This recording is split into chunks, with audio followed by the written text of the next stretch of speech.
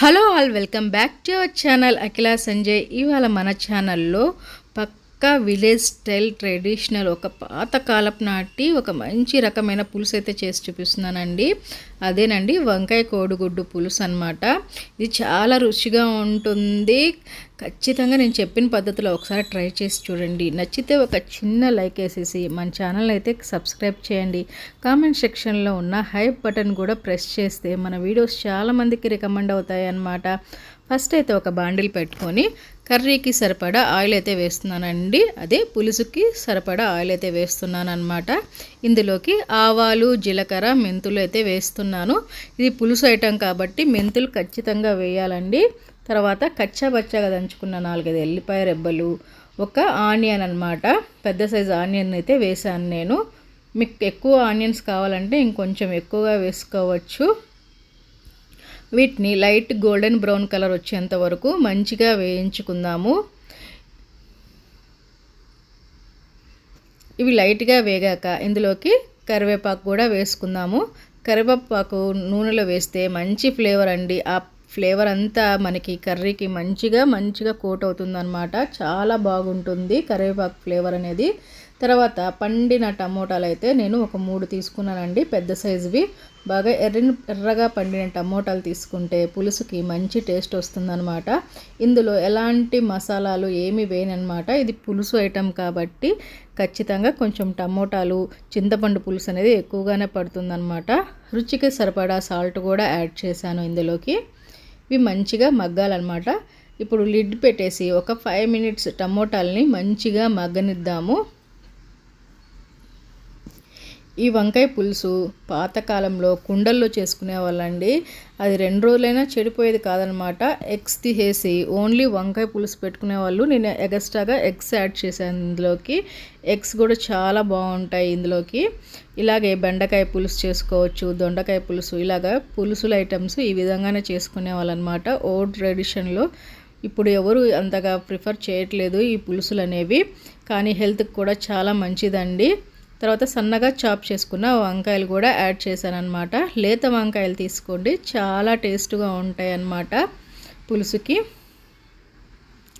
వంకాయలు లేతవా ముదురువా తెలుసుకోవటానికి పైన బుడిపెలు ఉంటాయి కదండి, కాడలు, అవి బాగా లావుగా ఉంటే అవి లేత వంకాయలు అన్నమాట. చూడండి, సగం వంకాయలు అయితే మగ్గిపోయాయి. ఇంకొకసారి తిప్పేసుకుందాము.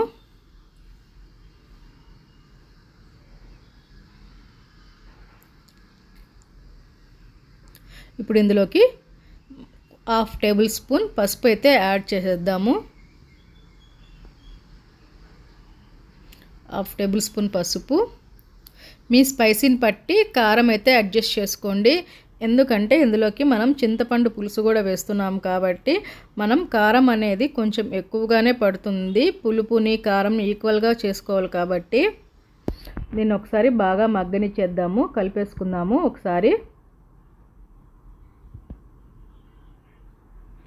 హైప్ బటన్ అంటే కామెంట్ సెక్షన్లో సైడ్కి స్లైప్ చేస్తే 2 డాట్స్ ఉంటాయండి కామెంట్ సెక్షన్లో. ఆ బటన్స్ని ప్రెస్ చేస్తే హైప్ బటన్ అని వస్తుంది. అది ప్రెస్ చేస్తే మన ఛానల్ చాలామందికి రికమెండ్ అవుతుందండి. ప్లీజ్ ఆ బటన్ కూడా ప్రెస్ చేయండి ఒకసారి. చూడండి, ఆయిల్ కొంచెం సపరేట్ అయింది. ఇప్పుడు ఇందులోకి చింతపండు పులుసు అయితే వేసుకుంటున్నాను. చింతపండు ఒక చిన్న నిమ్మకాయ సైజ్ అయితే వేసానండి, మరి ఎక్కువగా కూడా కాదు, కొంచెం తక్కువ క్వాంటిటీ కాబట్టి కొంచెం తక్కువగానే వేసుకున్నాను పులుసు నేను. కొంచెం ఎక్కువ క్వాంటిటీ అయితే పులుసు అనేది కొంచెం ఎక్కువగా వేసుకోండి. కొంచెం వాటర్ అయితే యాడ్ చేసుకుందాం ఇందులోకి. వేసుకొని ఉడకపెట్టుకున్న గుడ్లు అండి,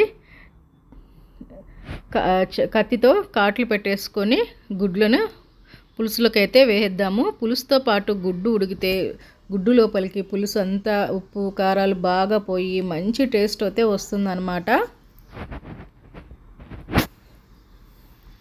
ఇప్పుడు మూత పెట్టేసి పులుసుతో పాటు గుడ్లను కూడా ఒక 2 to 3 మినిట్స్ మంచిగా ఉడకనిద్దాము. ధనియాలు, జీలకర్ర పొడి కూడా యాడ్ చేశానండి ఇందులోకి. మంచి ఫ్లేవర్ అనమాట. ఆ ధనియాలు, జీలకర్ర పొడి వేసి పులుసు ఉడుకుతూ ఉంటే ఇల్లంతా మంచి అరోమాస్ వస్తాయండి. ఖచ్చితంగా ఒకసారి నేను చెప్పినట్టు ట్రై చేయండి. నచ్చితే ఖచ్చితంగా కామెంట్లో పెట్టండి ఎలా ఉంది అనేసి. ఇప్పుడు ఇది బాగా ఆయిల్ సపరేట్ అయ్యేంత వరకు మంచిగా పులుసు అనేది ఉడికిచ్చేసుకుందాము. చూడండి ఆయిల్ అంతా సైడ్కి రిలీజ్ అయిపోయిందనమాట. దీన్ని వేడి వేడి అన్నంలోకి చాలా బాగుంటుందండి. చపాతీ జొన్న రొట్టెలో కూడా చాలా బాగుంటుందన్నమాట. రాగి సంగటి జొన్న సంగటిలో కూడా చాలా బాగుంటుంది ఈ పులుసులు అనేవి. ఒకసారి ఖచ్చితంగా నేను చెప్పిన పద్ధతిలో ఒకసారి ట్రై చేసి ఎలా ఉందో నాకు కామెంట్ సెక్షన్లో పెట్టండి. నచ్చితే ఒక చిన్న లైక్ వేసేసి మన ఛానల్ని అయితే సబ్స్క్రైబ్ చేయండి. చాలామంది సబ్స్క్రైబ్ చేయకుండా మన ఛానల్ని అయితే చూస్తూ ఉన్నారు. మీరు వేసే ఒక చిన్న లైక్ వల్ల మన వీడియోస్ చాలామందికి రికమెండ్ అవుతాయండి. ఇలాంటి మంచి మంచి వంటలు మరెన్నో మీ ముందుకు తీసుకొస్తూ ఉంటాను. నెక్స్ట్ వీడియోలో కలుసుకుందాం. బాయ్.